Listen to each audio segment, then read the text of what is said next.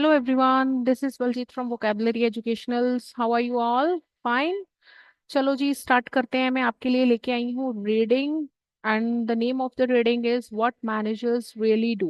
ठीक है जी। आज की रीडिंग हम थोड़ी सी डिफरेंट वे से करेंगे। आज मैं पहले आपको आंसर्स बताने वाली हूँ सारे, फिर हम उसको लोकेट करेंगे। क्लियर है जी। चलिए देखते हैं, पहले हम आंसर्स चेक कर लेते हैं पहले आज तो। Here we go. आज हम करेंगे जो रीडिंग, उसके three type of questions are there. ठीक है जी। फर्स्ट है हम लोगों को इंफॉर्मेशन मैच करनी है। ठीक है। सेकंड जो है that is MCQ and third type of question जो है हमारा आज वो है true false not given. Clear है जी। तो चलिए फर्स्ट से स्टार्ट करते हैं। देखो क्या बोल रहा है क्वेश्चन, कहता है look at the following description और deeds and list of the categories below. ठीक है जी, हमें लिस्ट दी हुई है कैटेगरीज की, ABC लिस्ट है जी। एंड ये बोल रहे हैं मैच द डिस्क्रिप्शन और डीड विद द करेक्ट कैटेगरी। जो AB कैटेगरी दी है हमें उसके साथ में डीड्स डीड्स हो सकती है, कोई स्टेटमेंट हो सकता है, उनके साथ में मैचिंग करनी है। क्लियर है जी। एंड बोल रहे हैं you may use any letter more than once. तो ऑब्वियसली देखो यहाँ पे 3 दिए हैं और यहाँ पे 6 हम लोगों को इन्फॉर्मेशन दी हुई है, तो obviously we are gonna use it. ठीक है जी। तो चलिए देखते हैं फर्स्ट जो हमें स्टेटमेंट दिया है that is the development of business scheme, ये बोल रहे हैं। ठीक है जी। सेकेंड है प्रिजाइडिंग एट फॉर्मल इवेंट्स।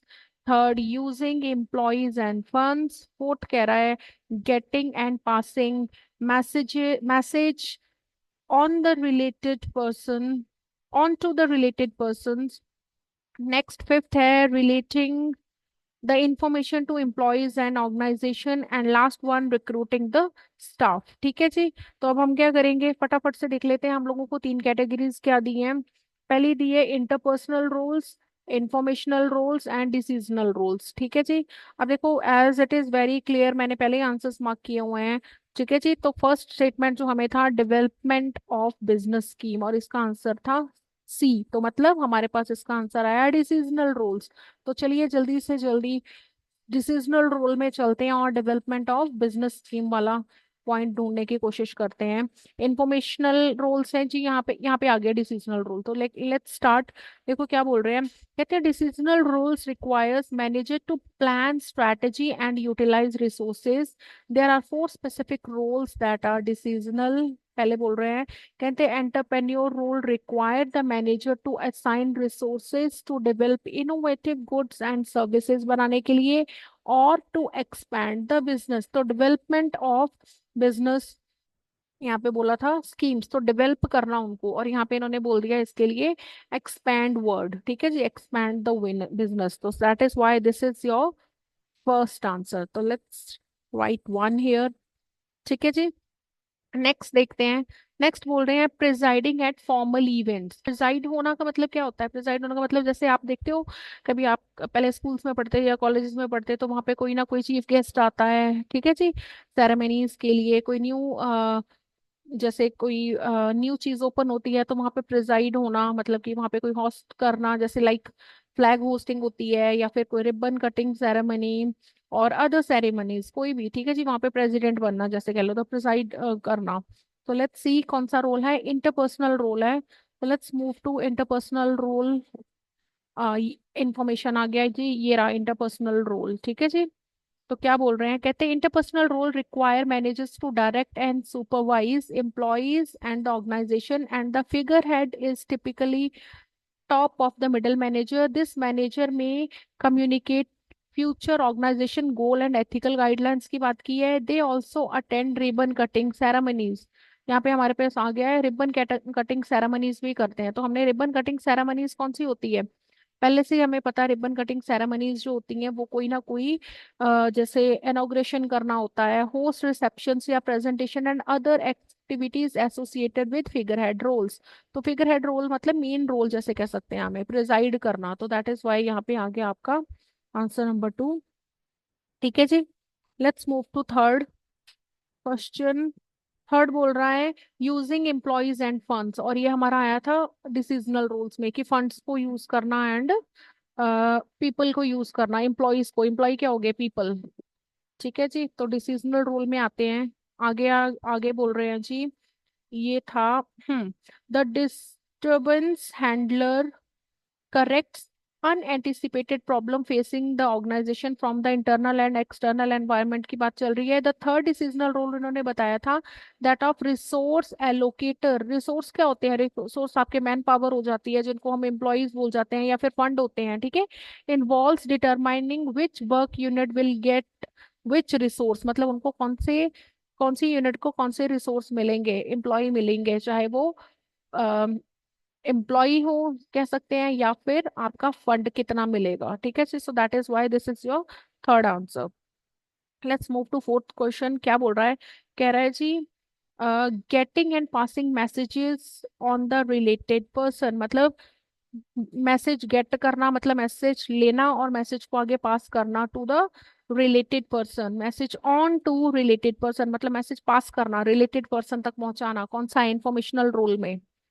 चलो इंफॉर्मेशन रोल आपका डिसीजनल आ गया ये। हाँ, इसका आंसर था, एक मिनट, ये रहा देखो। Informational roles are those in which managers obtain and transmit information. Obtain मतलब इंफॉर्मेशन लेना, एंड ट्रांसमिट मीन्स उसको पास ऑन करना कि किसके लिए कौन सी इंफॉर्मेशन है। That is why this is your fourth answer. Clear है बेटा?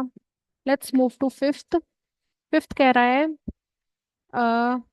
Relating the information to employees and organization. Relate करना मतलब इंफॉर्मेशन एम्प्लॉयज तक पहुंचाना और ऑर्गेनाइजेशन तक, उनको एक दूसरे के बारे में बताना। रिलेट करना इंफॉर्मेशनल रोल्स में ही आ रहा है ये भी आंसर आपका, ठीक है जी।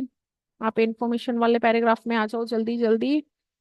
हाँ जी, आगे बोल रहे हैं, एक मिनट, ये देखो। कह रहा है monitors also watch the changes in the environment and within company that may affect individual and organizational performance. Monitoring occur at all level of management. The role of disseminator require that manager inform employees of change that affect them and the organization. और आगे they also communicate company's vision and purpose. वो company का vision and purpose भी बताएंगे, और जो changes आए हैं वो चेंजेस किस किस को इफेक्ट कर रहे हैं, मतलब क्यों आर लॉज एंड रूल्स बने हैं न्यू किन एम्प्लॉयज के लिए, उन सब के बारे में उन सबको बताएगा। नेक्स्ट है रिक्रूटिंग द स्टाफ। ए वाला कर रहा है इंटरपर्सनल रोल्स। रिक्रूट मतलब होता है नए एम्प्लॉयज जो होते हैं उनको भर्ती करना जिसको कह सकते हैं। तो इंटरपर्सनल रोल्स में आ जाएं जरा पैराग्राफ में। देखो यहाँ पर था leader act as an example की बात की है। रिस्पॉन्सिबल देखो they are also responsible for selection and training of employees. वो नए एम्प्लॉयज की ट्रेनिंग करते हैं, उनका पहले उनका सिलेक्शन करते हैं फिर ट्रेनिंग करते हैं। तो that is why this is your sixth answer. I hope आप आंसर्स लोकेट करना आपके लिए इजी होगा, ठीक है जी। मैं इस रीडिंग की पीडीएफ भी डाल दूंगी, आप उससे भी ये आंसर्स फाइंड आउट कर सकते हो। Let's move to seventh and eight question. Seventh कह रहा है right, seventh and eight question कह रहा है right the correct letter in the boxes 7 and 8 on your answer sheet. और करना क्या है? कहते विच टू पॉजिटिव फंक्शंस, कौन कौन से दो positive functions about Mintzberg research are mention in the last two paragraphs. ठीक है जी, लास्ट टू पैराग्राफ्स में मिन्सवर्क के रिसर्च के कौन से दो पॉजिटिव फंक्शन बताए गए हैं। तो आंसर पहला है जी, एक है जी provides a clear concept to define the role of manager बताया इन्होंने, और दूसरा बताया था एक makes a fresh way for further research. ये दो आंसर्स थे बेटा आपके, ठीक है जी। Provides a clear and makes a fresh way. तो let's move to second last जो दो पैराग्राफ थे वहां जाएंगे हम।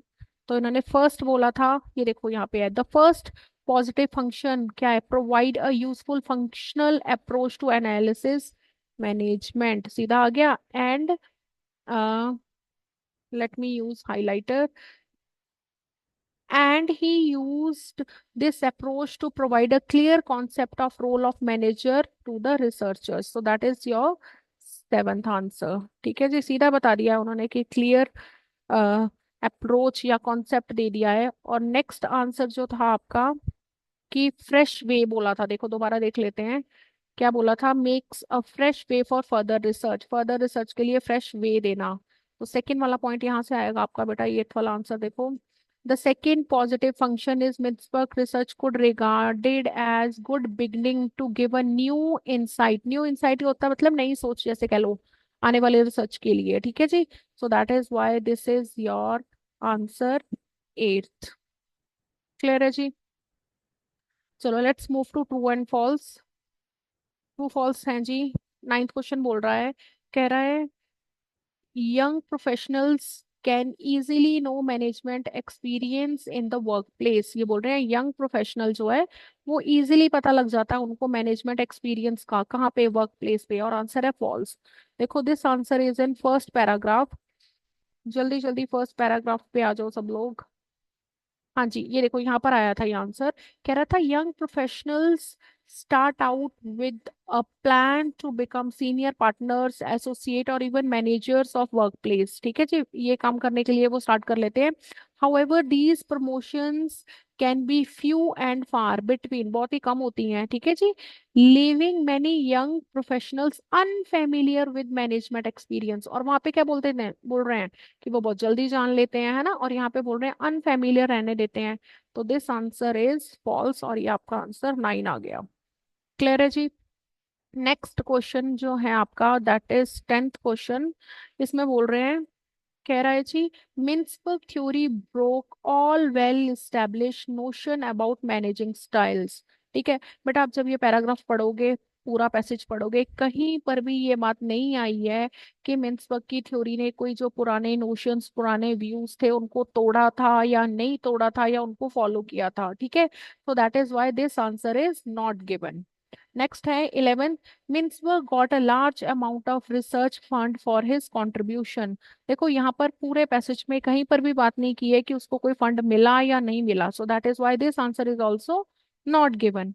एंड 12th है, all managers do the same work. कहते हैं सारे मैनेजर सेम काम करते हैं और this is false. Let's move to location. और बेटा इसकी लोकेशन आपके सेकेंड पैराग्राफ में आ रही है, ठीक है जी। आओ जरा सेकेंड पैराग्राफ, ये देखो। कहते हैं however as many professionals already know managing styles can be very different depending on where you work। ठीक है, some managing styles are strictly hierarchical, other managing styles are more casual and relaxed। तो ये सारी चीजें क्या और बता रही हैं हमें कि अलग अलग काम करते हैं, सेम काम उनका नहीं है, ठीक है जी। सो दैट इज व्हाई ये आंसर आपका आ गया, ठीक है जी। ट्वेल्थ लोकेशन इसकी मिल गई आपको अब। Let's move to 13th question. और 13 क्वेश्चन बोल रहा है Mintzberg theory is valuable for further studies. कहते हैं ये वैल्यूएबल है फॉर फर्दर स्टडीज, ठीक है जी, दिस इज ट्रू। ये आपको मिला था। हाँ जी,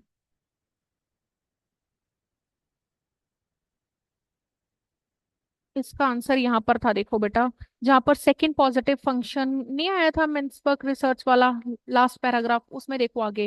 कहते हैं scientific research is always gradual process, just because मिन्सबर्ग initial research had certain flaws does not mean it is useless for other researchers. मतलब ये जरूरी नहीं था कि अदर रिसर्चर्स के लिए यूजलेस होगा। Researchers who are interested in studying the work place in systematic में we have older research to look back on। ठीक है जी। तो ये क्या है, a research doesn't have to start from the very beginning।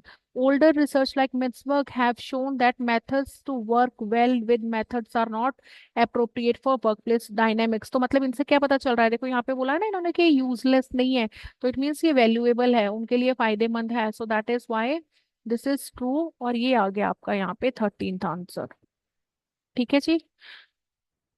तो अब हमारे सारे आंसर्स हो चुके हैं, ठीक है जी। मैं आपको इस रीडिंग पैसेज की पीडीएफ डिस्क्रिप्शन में डाल दूंगी, आप प्रिंट आउट निकाल के साथ प्रैक्टिस कर लीजिए, ठीक है जी। आई होप आज की वीडियो आपको पसंद आई होगी।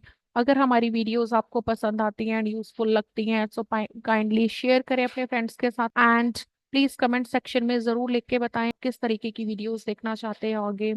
मिलते हैं हमारी नेक्स्ट वीडियो में, तब तक के लिए बेस्ट ऑफ लक।